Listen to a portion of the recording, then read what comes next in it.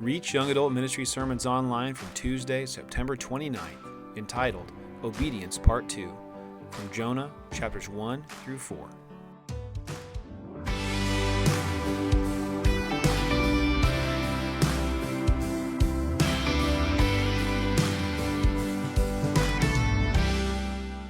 Tonight, we're going to finish a two-part series called Obedience. Tonight, we're going to talk about Jonah. Okay, believe it or not, this story is not all about a man that was swallowed by a fish. There's a whole lot more to Jonah than just that one part, even though that's what we tend to focus on. All right, last week we talked about Gideon, right? And what happened with Gideon? We had Gideon, God took Gideon where he was, in a hole in the ground, unqualified. God dealt with Gideon's disobedience in his life, right? The Asherah pole in his father's backyard, and he dealt with his doubts, right? He gave him the sign of the fleece, and he comforted him as he began to do God's will. And then God accomplished his will through Gideon, and Gideon got to take part in that, right? Gideon got to enjoy the victory that God had for his life. We're going to look at the same theme for Jonah. So who is Jonah? Okay, Jonah is a prophet of God in the Old Testament. He's one of the minor prophets. The difference between the minor and the major prophets is literally how long the book was, right? So it has nothing to do with the man themselves or the person themselves, but if the book was shorter, it's considered a minor prophet. So Jonah is a minor prophet in the Old Testament, and Jonah is called by God to go to the city of Nineveh and preach to them that they are going to be under God's judgment. Now, if you were a prophet of God at this time, okay, if you were an Israelite, you would not have wanted to go to Israel's enemies and preach anything to them, okay? So Jonah, what we're going to see is Jonah is not too excited about being used by God in the lives of enemies. All right. Now, Nineveh was part of the Assyrian Empire, and the Assyrians were brutal to the peoples that they conquered, and they were bitter enemies of the Israelites. All right. But what we're going to see is God's going to take Jonah where he is. He's going to deal with his disobedience, and he's going to accomplish his will in Jonah. All right. So if you open with me to Jonah chapter 1, starting in verse 1. The word of the Lord came to Jonah, son of Amittai, "Get up, go to the great city of Nineveh, and preach against it, because their evil has come before me." Jonah got up. Pause. All right. We have no discussion up to this point about what qualifies Jonah to be used by God in this circumstance. But here's something that you need to pull out of this. Jonah, although externally qualified to do what God's going to do, Jonah is internally disqualified. Jonah is a prophet. He would have had the first 5 books of the Bible memorized word for word. He knows who God is. He has been anointed to be a speaker for God. But internally, he has disqualified himself through his attitude and his pride. God chooses Jonah anyway. So let's take a look at the rest of verse 3. Jonah got up to flee to Tarshish from the Lord's presence. He went down to Joppa and found a ship going to Tarshish. He paid the fare and went down into it to go with them to Tarshish from the Lord's presence. All right. This is immediate disobedience. All right, now here's, without the full geography lesson, we're not going to pull out maps. Tarshish is the opposite direction from Nineveh, all right? Now here's the other thing about this. Not only is this disobedience immediate, you got to think about it like this. There's no indication of even a conversation. It's like Jonah had his quiet time that morning, and he was like, "God, what do you want me to do?" And God was like, "Go to Nineveh and preach to them." And he was like, "Okay, I'll take one ticket the opposite direction." Never even bothers to have the conversation, okay? He is not about what God's asking him to do. Now, the other interesting piece about this is the language here is that Jonah doesn't just buy a ticket on a ship headed the other way. The language is that he actually pays for the ship to set sail. He hires the crew, right? Have you ever been so disobedient you hired the whole crew and the boat to take you away from God? All right? So he's not just getting on board a ship that's already headed the opposite direction. He's actually creating the path away from God. Keep in mind, prophet of God, all right?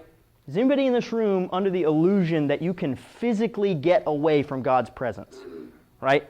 But that's what this man is trying to do right now. He is physically separating himself from God's will for his life. All right, so if we look in verse 4, but the Lord threw a great wind onto the sea, and such a great storm arose on the sea that the ship threatened to break apart. The sailors were afraid, and each cried out to his God. They threw the ship's cargo into the sea to lighten the load. Meanwhile, Jonah had gone down to the lowest part of the vessel and had stretched out and fallen into a deep sleep. All right, here's the deal. When I say God appoints, you're going to repeat it, all right? So, God appoints. God appoints. All right, God appoints a big storm, all right? God sends a storm after Jonah on this ship. Now, you got to look at what Jonah's doing. Jonah is in the deepest, darkest part of the ship, and he's gone to sleep. This is genius. God can't talk to me when I'm asleep, right? Not really. But the point is, he has not just gotten on this ship headed the complete opposite direction, but he's actually gone into the lowest part of the ship, and he's taking a nap. He is doing everything in his power to be separated from what God's doing in his life. Now, let's think about Gideon for a second. What did God appoint for the Israelites in Gideon's life? It was the nation of Midian, right? God sent the nation of Midian. Now, one of the things we discussed last week was, how do I know when my sin causes the storms of my life, or I just live in a broken world? All right, because what's not the correct answer, right? Your friend's, relative gets cancer. The wrong answer is, maybe you should stop sinning so much, right? That's not the way to approach your friend in that situation. But what's happening here is that, again, we talked about this last week. If you ask God, reveal my sin to me, it is literally the fastest answered prayer you can possibly pray.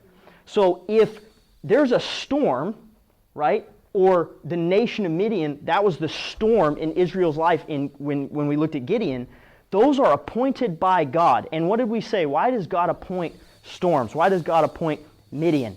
Because that is how God turns us back the right direction, right? So when we're going through those struggles, that's how he turns us around. He's trying to turn Jonah around right now. So, God appoints. God appoints a storm. Okay, so we're going to look at, starting in verse 6.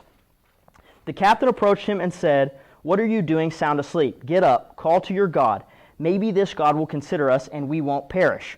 "Come on," the sailors said to each other, "let's cast lots. Then we'll know who is to blame for the trouble we're in." So they cast lots, and the lot singled out Jonah. Then they said to him, "Tell us who is to blame for the trouble we're in. What is your business, and where are you from?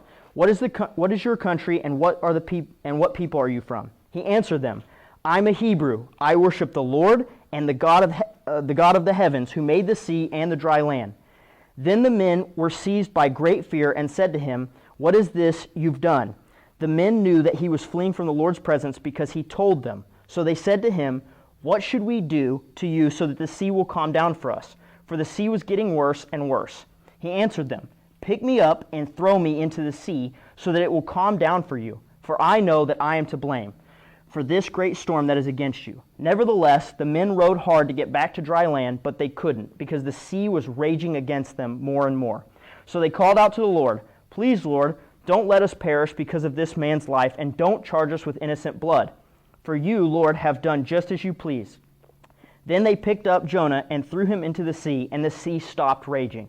The men were seized by great fear of the Lord, and they offered a sacrifice to the Lord and made vows. Okay, first of all, quick little note here. Back in ancient times, lots would have been kind of like a dice thing. That's how people at that time would have considered if a lot landed on you, it was divine intervention that had singled you out, right? So they cast lots, and it points to Jonah. So the next thing we see is they ask Jonah, "Who are you?" And Jonah starts giving this explanation. The temptation is to look at this as Jonah kind of witnessing to who God is. That is not what's happening here, all right? Jonah is not saying how great that God is that he serves. Jonah's having a pride moment. I'm a Hebrew. I serve the greatest God. I'm better than you, right? Jonah's taking this moment to put the spotlight on him. And additionally, he's not being valiant when he says, well, if you cast me overboard, then this won't happen. If he was being valiant, he'd jump overboard or tell them to turn the ship around. What he's saying is, if you really want this to stop, you're going to have to kill me. You're going to have to throw me over, knowing full well that in their minds, this would have been a death sentence. If this God that he serves is so powerful that he's caused this storm to chase us, he's also powerful enough to kill us for taking your life. You're a man of God, and if we take your life, your God's going to seek vengeance on us. So this is not a humble moment where Jonah's saying, well, I serve the living God, and I'm sorry about what's happening right now. Jonah's saying, I'm awesome, and if you really want this to stop, you're going to have to kill me. Okay? Jonah, so then what happens, right? They throw Jonah overboard. And the interesting thing is, what happens next after the sea calms down is that these men then make sacrifices and vows to the Lord. So what we see here is that Jonah is used as an unwilling witness to who God is. All right, here's what I want you to hear out of this. Your disobedience, your rebellion can still be used by God. God is still going to accomplish His will. God is going to use you to witness who He is to people who need to see Him, whether you want to be involved or not. Jonah's having a complete pride and self-centered moment. And these men become followers of the one true God because of his disobedience that God uses. He's an unwilling witness. Look in verse 17. The Lord appointed a great fish to swallow Jonah, and Jonah was in the belly of the fish 3 days and 3 nights. All right. God appointed. God appointed. A storm. God appointed. God appointed. A fish. All right. So what's happened here? Everything we see in Jonah's life is orchestrated by God. This stuff's not coincidence, right? They didn't just happen to be a fish. God sent the fish. All right. Here's the other thing about the fish. It's not like Pinocchio where he had like all this like room, right, in this like cavern in the fish, and he's like very comfortable, all right? Like, I don't know, like I'm not like, super like doctor or anything, but like I'm pretty sure like when you swallow food, it doesn't just drop into like a cavern in your stomach that's just like wide open, right? He was in a digestive tract, okay? This is not a comfortable 5-star hotel arrangement, all right? He's in a digestive tract for a fish. All right, so I don't know if anybody's seen the the VeggieTales Jonah, but it's not like that either. All right, so let's look at what the fish is for Jonah versus what we saw in Gideon. Okay, Gideon is in a hole in the ground. Gideon is scared. He's hiding. He's pretending to be productive, and God meets him in this hole in the ground, and that's where he is available to what God's doing. What happens after God shows up to Gideon? Gideon drops everything. He makes himself available. He begins to go on the path of what God's will for his life is. Jonah, on the other hand, has to be pinned down. So Gideon's in a hole, available to God. Jonah is in a fish where he is trapped. He has nothing, he has no way out, he has no escape, he has no alternative. It's just him and God inside this fish. That's all he has available to him. God will put you in that situation if you run long enough and hard enough. He will put you in a position where you are pinned down, where you have no choice but to listen to him. Okay, I don't want you to miss this. It says, And Jonah was in the belly of the fish 3 days and 3 nights. Okay, listen, when you read the Bible, you need to understand one thing. The Bible is Jesus Christ centric, right? The whole Bible, the entire Old Testament is pointing forward to Jesus coming, and the entire New Testament is about Jesus' time on earth and looking back at Jesus' time on earth. All right? The Bible is Jesus-centric. Jesus went willingly where Jonah went begrudgingly.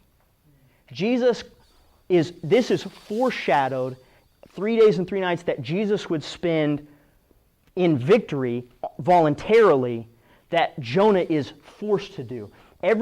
Almost every Old Testament character is a foreshadowing of God sending someone to redeem us who fails, who can't do it perfectly, who doesn't do it right.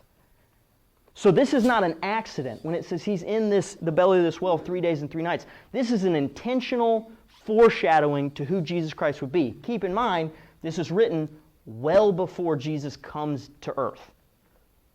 All right, so let's look at chapter 2. This is Jonah's response while he is inside the whale. Jonah prayed to the Lord his God from the belly of the fish. I called to the Lord in my distress, and he answered me. I cried out for help from deep inside Sheol. You heard my voice. You threw me into the depths, into the heart of the seas, and the current overcame me. All your breakers and your billows swept over me. But I said, I have been banished from your sight. Yet I will look once more toward your holy temple. The water engulfed me up to the neck. The watery depths overcame me. Seaweed was wrapped around my head. I sank to the foundations of the mountains of the earth, The earth's gates shut behind me forever. Then you raised my life from the pit, Lord my God. As my life was fading away, I remembered the Lord, and my prayer came to you, to your holy temple.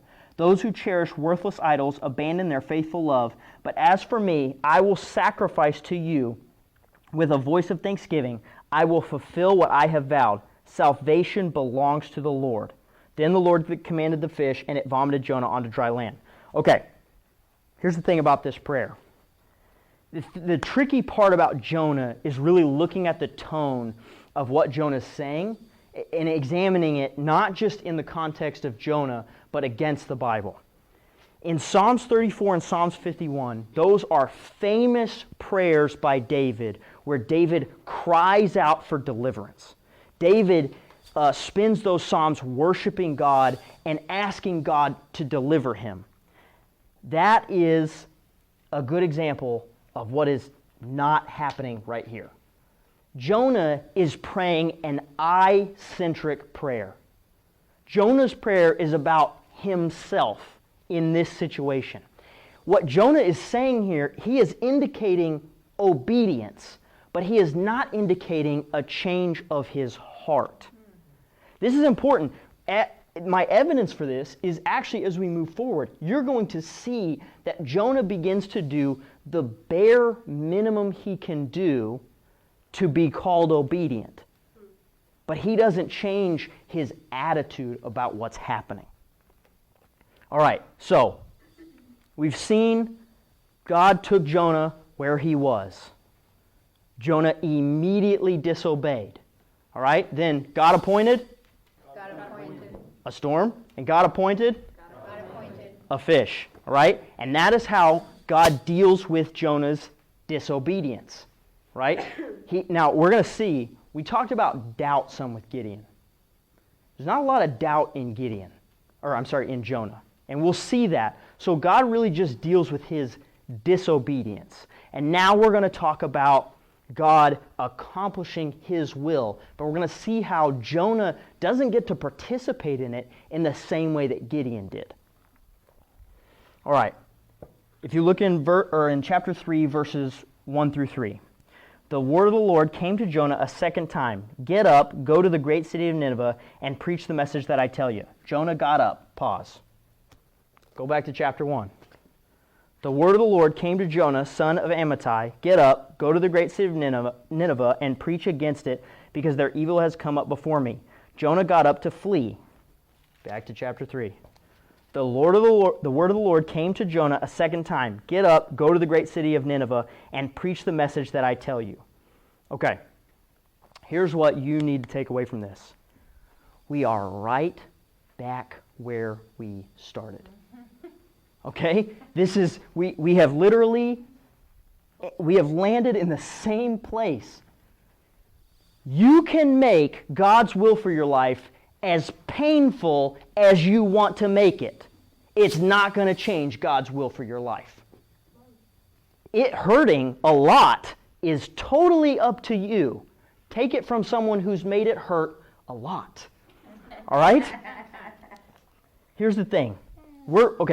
This is a sermon for another time. I'm not going to jump into free will predestination. It's a tricky subject.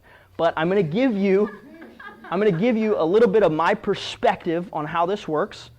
If you want to have the theological debate with me, we can have that offline. See one in the back. All right. Okay, here's the way it works. Predestination is kind of this idea that you are moving along God's will for your life and you're going to end up in this circle. Okay? The way that I like to picture it is more like you're moving along this avenue that God has for your life. You're going to end up in that same circle. But everything you do in between here is on you. Going from point A to point B and ending up exactly where God's going to have you is going to happen. But how many loops and U-turns and derailings you take, that's totally in your hands. You can end up there after a long, hard, painful road, or let's look at Gideon. Gideon gets on board right at the beginning. He goes from point A to point B. Jonah goes the opposite direction first, has to take a boat one way, a fish the other way, and then he ends up back where he started. We're in the same place. How many times do you do that in your life? How many times do you just take matters into your own hands, and then you end up right back where you started, but like way more beat up than you were at the beginning? Mm-hmm. All right. So let's keep going in verse 3. Jonah got up and went to Nineveh according to the Lord's command. Now Nineveh was an extremely great city, a 3-day walk. Jonah set out on the first day of his walk in the city and proclaimed, "In 40 days Nineveh will be demolished." Okay, let's talk about this. First of all, let's talk about this phrase, a 3-day walk. There's a couple of possible interpretations. One is that it's a measurement of time. So it took a day to travel, a day to do business, and a day to leave, right? That's one possible explanation for what that means. Another one is that it's a city so big that it would have taken 3 days to go around it. What I think is actually the most likely interpretation is that Nineveh would have controlled the province, right? So back in this time period, you would have had like a city with a king, and there would have been a province around that city, controlled by that city. And what it's saying is it would take 3 days to cross that province. Okay? Now, the interesting thing about this is we're looking at bare minimum obedience. Jonah goes 1 day of 3 into the province of Nineveh, and he says one sentence. All right, now here's the interesting thing about how this works. If Jonah had gone all the way in and he had given the best sermon of his life, there would have been an ability to say, man, that Jonah guy, he really saved us or fixed this, right? So let's think about Gideon for a second. Gideon has this army of 10,000, and God whittles it down to 300. And we see that God makes it worse so that only God can take the glory. Only God can get credit for what happens. What you are about to see is a ridiculous response by the people of Nineveh to one sentence, which means that you can't give Jonah credit for this turnaround. So we're back in the same place. Only God can take credit for what's about to happen here. All right, look in verse 5. Then the people of Nineveh believed God. They proclaimed a fast and dressed in sackcloth, from the greatest of them to the least. When the word reached the king of Nineveh, he got up from his throne, took off his royal robe, put on sackcloth, and sat in ashes. Then he issued a decree in Nineveh. By the order of the king and his nobles, no person or animal, herd or flock, is to taste anything at all, but they must not eat or drink water. Furthermore, both people and animals must be covered with sackcloth, and everyone must call out earnestly to God. Each must turn from his evil ways and from his wrongdoing. Who knows? God may turn and relent. He may turn from his burning anger so that we will not perish. Okay, here's the deal. First of all, so sackcloth and ashes, like sackcloth would have been uncomfortable clothing, right? And ashes, sitting in dirt and ashes as opposed to a king sitting on his throne. Here's the first thing we see. We see a king who dethrones himself. This man was entitled. In his province, in Nineveh, this man was entitled to his station in life. He voluntarily dethrones himself and humbles himself. Here's the bottom line of what's happening right now. Radical change. Radical change. These people looked at the fact that God was proclaiming their judgment, and they changed their whole lives. Are you or are you not the king or queen in your own life? Are you or are you not making radical changes based on what God is doing for you or what's coming for you? Here's the deal. You're not saved by your works. You're not saved by your radical change. But radical change is evidence that you have been saved. If you don't have radical change in your life, then you need to ask yourself, who's sitting on your throne? There can only be one person sitting on your throne. Look in verse 10. God saw their actions, that they had turned from their evil ways, so God relented from the disaster. He had threatened with them, and he did not do it. Okay, here's the deal. Does God change his mind? No. We have a bad way of looking at this because of the way humans think about things. God was going to do one thing, and then he changed what he was going to do. God is perfectly consistent. When God says wrath's coming, wrath is coming because you are in rebellion. When you relent, when you repent of rebellion, grace comes, love comes. It's not I guess God will change his mind now. That's the way we would do it, right? It's that God says, based on if you are in rebellion or in repentance, I'm offering you wrath or redemption. God is perfectly consistent. Look in verse 4, or starting in chapter 4. Jonah was greatly displeased and became furious. He prayed to the Lord, "Please, Lord, isn't this what I thought while I was still in my own country? That's why I fled to Tarshish in the first place. I knew that you are gracious and compassionate God, slow to anger, abounding in faithful love, and the one who relents from sending disaster. And now, Lord, take my life from me, for it is better for me to die than to live." And the Lord asked, "Is it right for you to be angry?" Okay, this is the most revealing portion of this story. Jonah actually never doubted who God was. Jonah so much knew who God was, he determined that was not what God should do for the people of Nineveh. Jonah made the decision. Jonah was so not doubting that God would be forgiving, that God would be patient, that he said, I don't want those people to get forgiveness. I'm going the opposite way. I'm not going to be a part of this. Now here's the thing. We do this in our lives. We determine who deserves forgiveness. Think in your life, who would you hire a boat to make sure that they go to hell? We don't want to think about it like that, but that's the fact. What happens when God says, I want you to be involved in this person's salvation? It can be a what, too.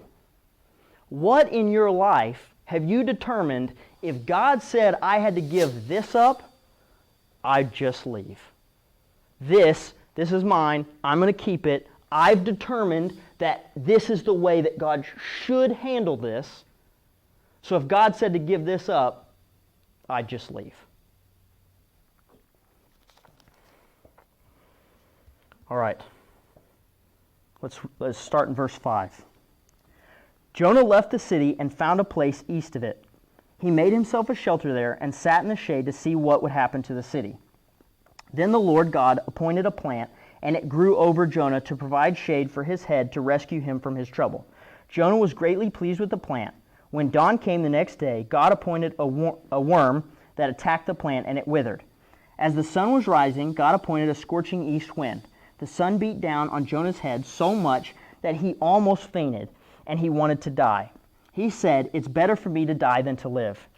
Then God asked Jonah, "Is it right for you to be angry about the plant?" "Yes, it is right," he replied. "I'm angry enough to die." So the Lord said, "You cared about the plant which you did not labor over and did not grow. It appeared in the night, and it perished in the night. But may I not care about the great city of Nineveh, which has more than 120,000 people who cannot distinguish between their right and their left, as well as many animals?" All right, God appointed. A storm. God appointed. A fish. God appointed. A plant. God appointed. A worm. God appointed. A wind. God has orchestrated every single thing in this man's life from beginning to end. God is not just dealing with random circumstances that are just unfolding in Jonah's life.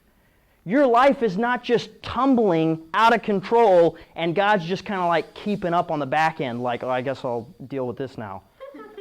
God is the one appointing all of this stuff to happen in Jonah's life. Now let's see what did God do here. In verse 4, the Lord asked, "Is it right for you to be angry?" Jonah doesn't answer. Why? Because Jonah knows he's wrong. He knows that it's not right for him to be angry about the city of Nineveh being saved. So here's the thing though. You don't just get to like give God the silent treatment. Like you don't just get to like avoid the conversation. Like God's not just going to be like, "Oh, I guess we won't talk about that." Like that's not what's happening. All right? So God organizes Jonah's life to continue the conversation. There's almost like a gotcha moment right here. God gives Jonah this shade, then he takes the shade away. Jonah's mad again, right? Because he has the sun beating down on him. And now God says, "Is it right for you to be angry about the plant?" And Jonah thinks, yes, this one, I couldn't be angry about the city, but I can be mad about this plant. So he says, yes, I'm angry enough to die. And that's when God's like, really? Really? Okay? And he says, you're mad about a plant that you had nothing to do with. You're mad about life circumstances that you didn't produce. These are all things that I'm doing. And you're mad about this, but I can't take care of all of these people. All these people. And what does this statement mean? They don't know their right from their left. These would have been non-covenant people, right? They were not Israelites. They weren't God-chosen people. They don't know any better. Okay, I need you to think about that statement for a second. A lot of times, we treat people in our life like they have the truth in them. If you've got dead people in your life, they can only act like dead people. That's all they've got. But God doesn't not care about them because they don't know any better. God's not like, well, they're done. They're just done. All right, here's the deal. Turn to Matthew 12, Matthew 12, and look at verse 40. Give you guys a second to get there. Okay. For as Jonah was in the belly of a huge fish 3 days and 3 nights, so the Son of Man will be in the heart of the earth 3 days and 3 nights. All right, pause right there. This is exactly what I was talking about. It is not an accident that Jonah is set up in the same way Moses was, in the same way so many of the Old Testament characters were. Even Gideon is set up as a redeemer that turns out to be just as flawed and just as unable to redeem us as the next guy. But Jesus does it perfectly. It's referenced right here. Now look at verse 41. The men of Nineveh will stand up at the judgment with this generation and condemn it, because they repented at Jonah's preaching, and look, something greater than Jonah is here. The people of Nineveh had one sentence from a guy who didn't even care about them. And they made radical life changes because of that one sentence. You have the entire Word of God and the Holy Spirit. If you can't make radical changes, then the men of Nineveh will stand up on Judgment Day and they will condemn us because they had nothing and they walked in faith. Are you going to make radical life changes based on what you know about God? Gideon and Jonah were both taken by God, both disqualified, right? Gideon is a nobody.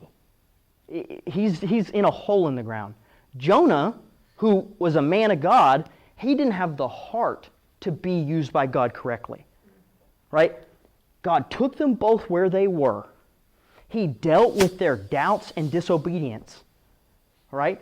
He dealt with the Asherah pole. He dealt with the ship going the opposite direction. He pinned Jonah down. He comforted Gideon.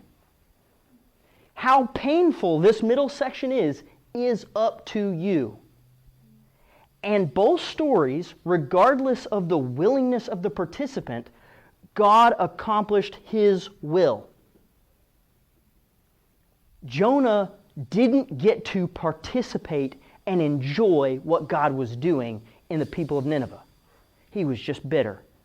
Gideon got to participate and be a part of God's plan. You can make radical life changes and you can enjoy what God's doing in your life. Or you can be your own king and your own queen and determine how God should handle it, and God's still going to get it done. You're just going to end up sitting on the hill saying, I'd rather be dead. Notice that God gets the last word in the book of Jonah. We don't have an answer from Jonah because God will always get the last word.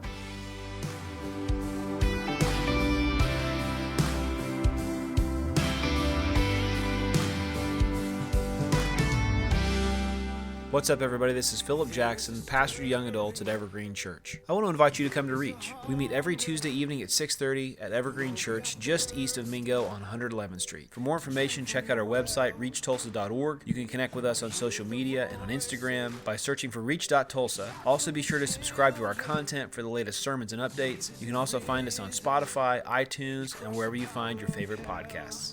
Yeah, wash over us. Bring your glory